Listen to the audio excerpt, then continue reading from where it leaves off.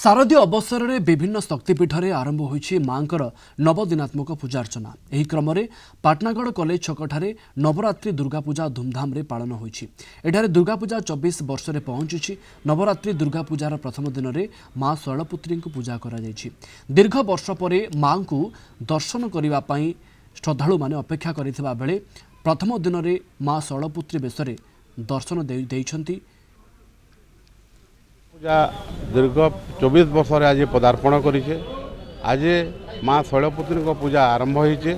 एही कॉलेज छक नवदुर्गा पूजा 100 वर्ष जमी धूमधाम रे होइछे। ए वर्ष मध्य धूमधाम रे चलीछे। विश्व कल्याणार्थे एवं पाटनागढ़ समस्त कमिटी सभ्य वृंद मानकर पूर्ण सहयोग रही एवं समस्त श्रद्धालु भक्त मानकर पूर्ण सहयोग रही। आज मांकर प्रथम दिवस शैलपुत्री पूजा। शैलपुत्री होउछन्ती हिमालयर कन्या जे कि समस्त तंकर साधना करिबा द्वारा जप करिबा द्वारा पूजा करिबा द्वारा शैलपुत्री माँ समस्त कष्ट मुक्ति देई थांती एवं पूर्ण आशीर्वाद करि थांती।